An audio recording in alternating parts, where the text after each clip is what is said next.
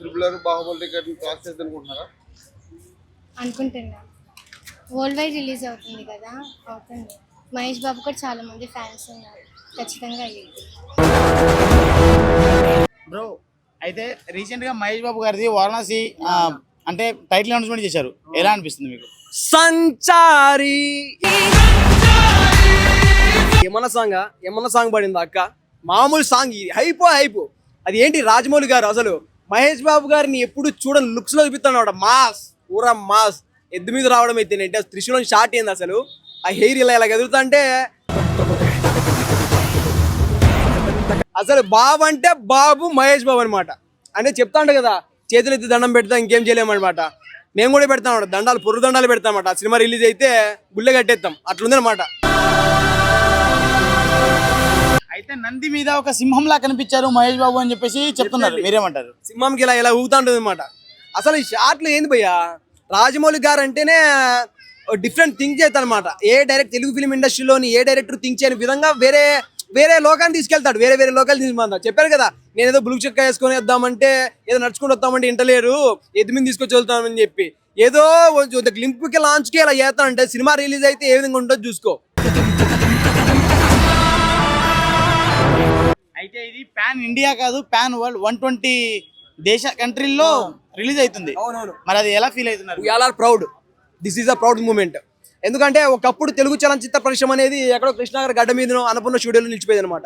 ఇప్పుడు మన రాజమౌళి గారి వల్ల ఎక్కడికో వెళ్ళిపోతుంది అనమాట సినిమా. అంటే ప్రతి ఒక్క హీరోని అక్కడ ఉంచాలని మనస్ఫూర్తి కోరుకుంటాను అనమాట. ప్రతి ఒక్క హీరో గారు వాళ్ళతో రాజమౌళి గారితో చేసి ఆయన 150 ఏళ్ళు బతికి తెలుగు చలనచిత్ర స్థాయి పరిశ్రమ పెంచాలని మనస్ఫూర్తి కోరుకుంటాను మరి.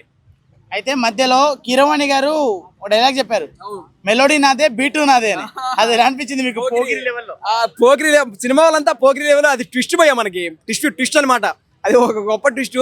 ఆయన ఏదో సాంగ్లు పాడుకొని అని చెప్పి మూవీ లాగా వచ్చాడు, డైలాగ్ చెప్పాడు, మెలోడీ నాదే, ట్యూన్ నాదే, 2027 సమ్మర్ రిలీజ్ చేస్తాను, చూసుకుందాం తేల్చుకుందాం అన్నాడు కదా, బాగా మడిచింది.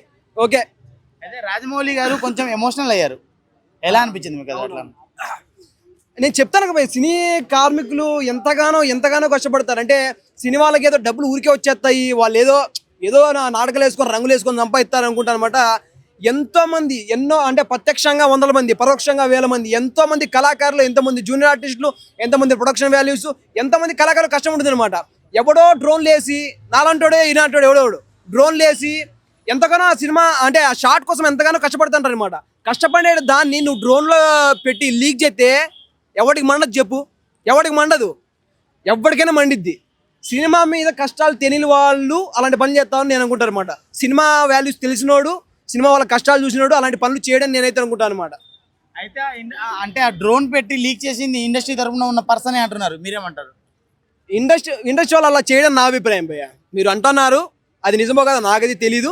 ఇండస్ట్రీ వాళ్ళు చేయరు, ఎందుకంటే కష్టం విలువ తెలిసిన వాడు ఎవడే కానీ వేరే వాళ్ళని కష్టపెట్టాలని అనుకోడు. అది ఫస్ట్ థింగ్. కష్టం విలువ తెలియని వాళ్ళు ఎవరైతే ఉన్నారో వాళ్ళు మాత్రమే ఇలాంటి పనులు చేస్తారని అభిప్రాయం. సో ఇది ట్రేజర్ చూస్తే మొత్తం టైం ట్రావెలింగ్ లాగా కనిపిస్తుంది కదా, ఇది వర్కౌట్ అవుతుంటారా? వర్కౌట్ అవుతాయి భయ్య, ఎందుకంటే ఆల్రెడీ మనకి బాలయ్య బాబు గారు తీశారు టైం ట్రావెలింగ్ సంబంధించి. రాజమౌళి గారు థింకింగ్ వేరే, థింకింగ్ అంటే వేరే ఉంటుంది, ఆయన ఆలోచనలే వేరు. ఆయన ఎక్కడికెక్కడికో తీసుకెళ్తారు మనల్ని. అయితే అంటే ఇప్పుడు సినిమా టైటిల్ కి ముందు ఇంకో టైటిల్ అనుకున్నారంట, మళ్ళీ మార్చారు. అదేమైనా కొంచెం తలపడుతున్నారు అనుకుంటారా? తలపడతాం అడెవరు ఉంది రాజమౌళి. తలపడ్డాలు ఏముండవు, తలపడ్డమే ఉంటుంది అనమాట. అది ఒక ఏ ఇండస్ట్రీ అయినా, తెలుగు ఫిల్మ్ ఇండస్ట్రీ అలా ఎక్కడికి వెళ్ళిపోతుంది అంతే. మహేష్ బాబు గారు రాముడి లుక్ లో కనిపిస్తున్నాడు అని చెప్తున్నారు, ఎలా ఉండబోతుంది? మహేష్ బాబు గారు కూడా చెప్పారనమాట. అంటే వాళ్ళ నాన్నగారు ఉన్నప్పుడు కృష్ణ గారు, నాన్న నువ్వు పౌరాణిక చిత్రాలు తీ అని చెప్పాడు అనమాట. అయితే ఏంటంటే ఈయన అప్పుడు చేయలేకపోయాను అని చెప్పి చాలా బాధపడ్డారు కదా. అంటే పౌరాణిక చిత్రం అంటే మనకు ఆల్రెడీ ఇంటికి ఇచ్చినట్టే కదా, రాముడి వేషము, కృష్ణుడి వేషం ఏదో ఒకటి ఉంటుంది. Will see, we don't know. అంటే ఇప్పుడు సైన్స్ ని భక్తిని రెండు మ్యాచ్ చేశారు కదా, ఇది వర్కౌట్ అవుతుంటారా? డెఫినెట్లీ వర్కౌట్ అవుతుంది భయ్య. అంటే చాలా మంది భక్తి దగ్గర సైన్స్ కూడా కొంతమంది ఎదుగుతారనమాట. కొన్ని ఏంటంటే ఉంటాయి కదా, నిమ్మకాయలు దొక్కితే అంటే మామూలుగా మన బండి కింద నిమ్మకాయలు పెట్టి దొక్కిస్తాము, ఎందుకంటే ఒకప్పుడు ఏదో ఎద్దులు సంథింగ్ కాలుకి మంచి జరగాలని చెప్తాను అనమాట. అదేదో మనం ఇప్పుడు సైన్స్ కింద తీసుకుంటాం, ఏదో వేరేలాగా అనమాట.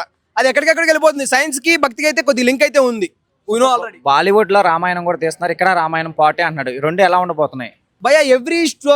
ఎవ్రీ స్టోరీ సేమ్ ఉండదని నా అభిప్రాయం భయ్య. అన్ని స్టోరీలు ఒకేలా ఉండవు. ఒకేలా ఉంటే తీరు కదా, ఫస్ట్ అంత బడ్జెట్లు పెట్టి సపరేట్ జోనర్ అయితే ఉంటుంది. అయితే రాజమౌళి గారు ఇన్ని రోజులుగా కొన్ని హిస్టారికల్ మూవీలు నార్మల్గా ఈ దేవుడు లేని సినిమాలే చేశారు. అయితే ఆయన కూడా చెప్పారు నాకు దేవుడు అంటే నమ్మకం లేదు అని చెప్పారు. మరి ఇప్పుడు దేవుడి సినిమాలే తీస్తున్నారు, అది ఎలా అనుకుంటారు? దేవుడు నమ్మకం లేకపోయినా కూడా దేవుడి సినిమా తీస్తున్నాడు, దేవుడు ఆయన వెనకాల నడిపిస్తున్నాడే కదా.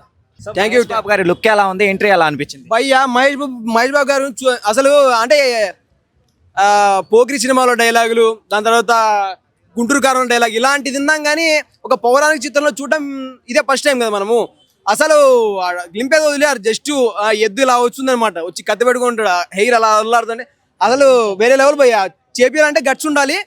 విల్సి అంటే రాజమౌళి టైంకి రిలీజ్ చేయరు అంటారు కదా, ఈ మూవీ రిలీజ్ 2027 అన్నారు, అవతానికి అవకాశాలు ఉన్నాయా? భయ్య చేయకపోయినా కూడా till end of the release we are wait అయితే చేస్తామంట, కంపల్సరీ వెయిట్ చేద్దాం. ఎందుకంటే ఆ సినిమా ఎటు వెళ్ళిపోతుంది భయ్య, ఎటెటో వెళ్ళిపోతుంది అంతే, అందుకని వెయిట్ చేయాలి. అంటే కృష్ణ గారి వాయిస్, కృష్ణ గారి ముఖ కవలికలు, ఆయన చేసే విధానము, తండ్రికి తగ్గట్టు కొడుకు అన్నట్లు ఆయన అలాగే ఉంటాడనమాట. ఇప్పటికీ చూడు ఎలా ఉన్నాడు, నాకంటే క్యూట్గా ఉన్నాడు ఆయన. అంటే అది అది అది ఏదో అనుకోండి, మీరు ఏదో అనుకోండి, అది అంటే తండ్రికి తగ్గ తనయుడు అంటారా? డెఫినెట్లీ ప్రౌడ్గా ఫీల్ అవ్వాల్సిన విషయం ఇది. అంటే ఒక కళాకారుడు కడుపున ఒక కళాకారుడు పుట్టి ఎంతో స్థాయికి ఎదగాలి అని కోరుకున్నాడు ఆయన. అదే స్థాయిలో ఉన్నాడు, ఇంకా ఎక్కువగా ఎక్కడికెక్కడికి వెళ్ళిపోవాలని మనస్ఫూర్తి కోరుకుంటాను. ఎలా అయితే ఆ లుక్ ఉందో అలాగే మన సూపర్ స్టార్ మహేష్ బాబు గారు స్టేజ్ మీదకి ఎంట్రీ ఇచ్చారు. అది మైండ్ బ్లోయింగ్ ఎంట్రీ. ఇంతవరకు మహేష్ బాబు గారు పౌరాణికం సినిమాలో నటించలేదు, ఇదే ఫస్ట్ సినిమా నటించబోతున్నారు. ఈ పౌరాణిక సినిమా అనేది కూడా భారత దేశంలో అద్భుతమైన డైరెక్టర్ అయిన ఎస్ఎస్ రాజమౌళి చేత తీయబడుతుంది. ఈ సినిమాని భారీ అంచనాలతో రిలీజ్ అవబోతుంది అండ్ భారీ బడ్జెట్ మూవీగా ప్రచురించబడింది. ప్రజెంట్ సిచ్యువేషన్లో 1000 crores వరకు ఇది బడ్జెట్ ఉండబోతుంది. ఈ లుక్స్ అయితే భారీగా ఉన్నాయి బ్రో. ఇంతవరకు సింహం మీద, గుర్రం మీద జనాలను చూసాం, ఇప్పుడు ఎద్దు మీద చూస్తున్నాం. ఇది ఒక అద్భుతంగా ఒక శివుడే వచ్చినట్లుగా అనిపించింది. మహేష్ బాబుని ఒక కొత్త చరిత్ర సృష్టించబోతున్నాడని నా ఫీలింగ్ బ్రదర్. ఈ సినిమా ఎన్ని కోట్లు కలెక్ట్ చేసే ఛాన్సెస్ ఉన్నాయి? అందరూ చాలా మంది 3000 crores కలెక్ట్ చేస్తున్నారు. నాకు తెలిసి ఇంతవరకు ఇండియా సినిమాతోనే పోటీ ఉండే, ఈ సినిమాతోటి ఇది వరల్డ్ లెవెల్లో జేమ్స్ కెమెరన్ లాంటి డైరెక్టర్ల సినిమాలతో పోటీ పడుతుందని నా ఫీలింగ్ బ్రదర్. ఇది ఒక 100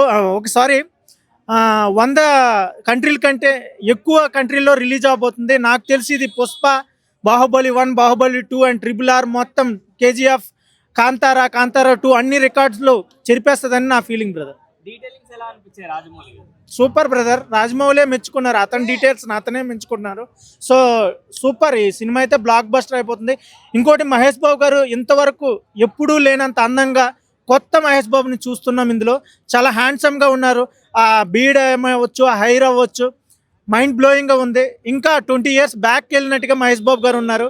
నాకు తెలిసి ఆ లుక్స్కే వరల్డ్లో నెంబర్ 1 అయిపోతుందని నా ఫీలింగ్ బ్రదర్. రాజమౌళి గారు చెప్పారు కదా, రాముడు లుక్ లో మహేష్ బాబు గారు అసలు మీ ఊహకందరూ అలా ఉంటారని చెప్పేసి.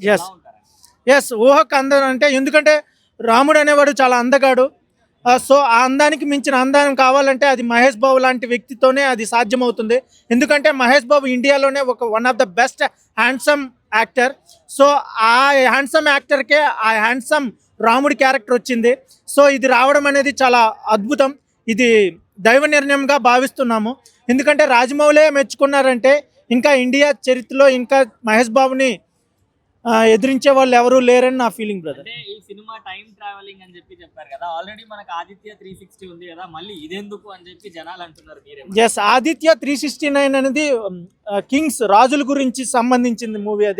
ఇది ఒక దేవుడు, ఒక ప్రస్తుతం జరుగుతున్న మానవుని యొక్క టైం ట్రావెలింగ్ని బట్టి ఉంటుందని అనుకుంటున్నా.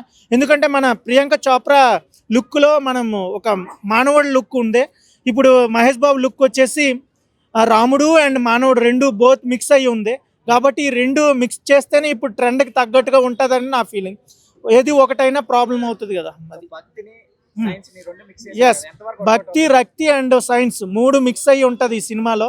ఈ మిక్స్ అయితేనే జనాలకి చాలా ఇంట్రెస్టింగ్ ఉంటుంది. ఓన్లీ భక్తి అయినా నష్టమే, ఓన్లీ రక్తి అయినా నష్టమే. ఆల్ మిక్స్ ఉంటేనే బెనిఫిట్ అని నా ఫీలింగ్ బ్రదర్. మరి రాజమౌళిని ట్రోల్ చేస్తున్నారు, నెగిటివ్ ట్రోల్ చేస్తున్నారు, మీకు ఏమైనా సినిమా మీద ఇంపాక్ట్ పడుతుంది అంటారా? ఎవరి ఒపీనియన్ వాళ్ళది. నా వరకు అయితే పాజిటివ్గానే ఉంది.